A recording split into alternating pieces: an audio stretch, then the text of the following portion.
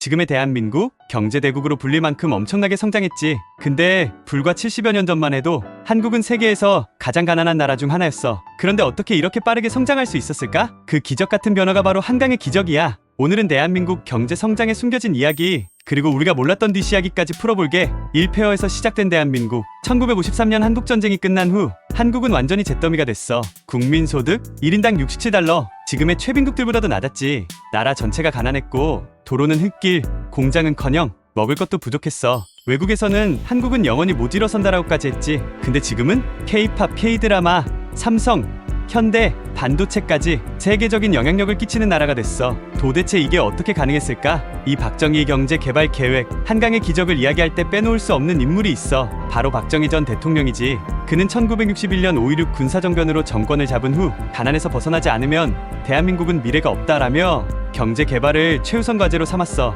첫 번째로 한 게 경제개발 5개년 계획이야. 이게 뭐냐면 정부가 직접 나서서 산업을 키우고 경제 성장을 이끄는 거였어. 당시 한국에는 자본도 기술도 없었기 때문에 정부가 앞장설 수밖에 없었지. 그리고 가장 중요한 건 수출이었어. 박정희는 잘 살려면 무조건 수출해야 한다라며 기업들에게 수출을 밀어붙였어. 참새마을 운동, 농촌부터 살리자. 도시는 그렇다 치고 당시 농촌은 정말 비참했어. 비가 오면 집이 무너지고 전기도 안 들어오고 먹을 것도 부족했지. 그래서 시작된 게 새마을 운동이야. 간단히 말하면 마을 주민들이 직접 나서서 길도 닦고 집도 짓고 생산성을 높이자는 운동이었어. 박정희는 스스로 돕는 자를 돕는다라면서 새마을 운동을 적극 지원했고 덕분에 농촌 경제도 살아나기 시작했지. 차재벌의 탄생 삼성, 현대, LG, SK, 지금 대한민국을 대표하는 대기업들은 사실 이때부터 시작됐어. 박정희 정부는 국가 경제를 키우기 위해 재벌을 키우기로 했어. 그래서 삼성, 현대, LG, SK 같은 기업들에게 돈을 빌려주고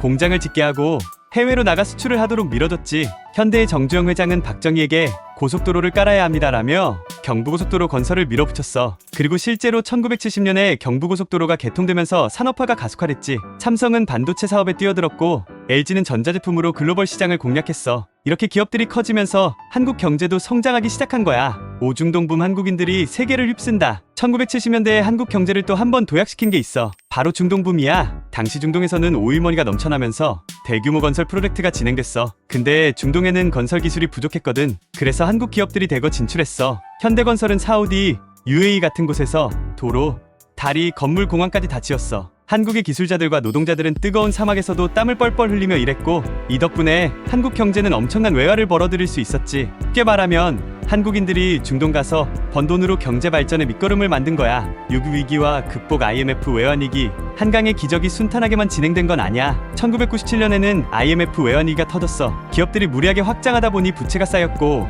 결국 경제가 무너질 위기에 처한 거지. 나라가 망할 수도 있는 상황이었어. 하지만 한국인들은 특유의 근성으로 위기를 이겨냈어. 금 모으기 운동이 벌어지면서 국민들이 자발적으로 금을 내놓았고 기업들은 구조조정을 통해 다시 일어섰지. 이 과정을 통해 한국 경제는 더 강해졌고 이후 IT 산업과 반도체 산업을 중심으로 다시 도약했어.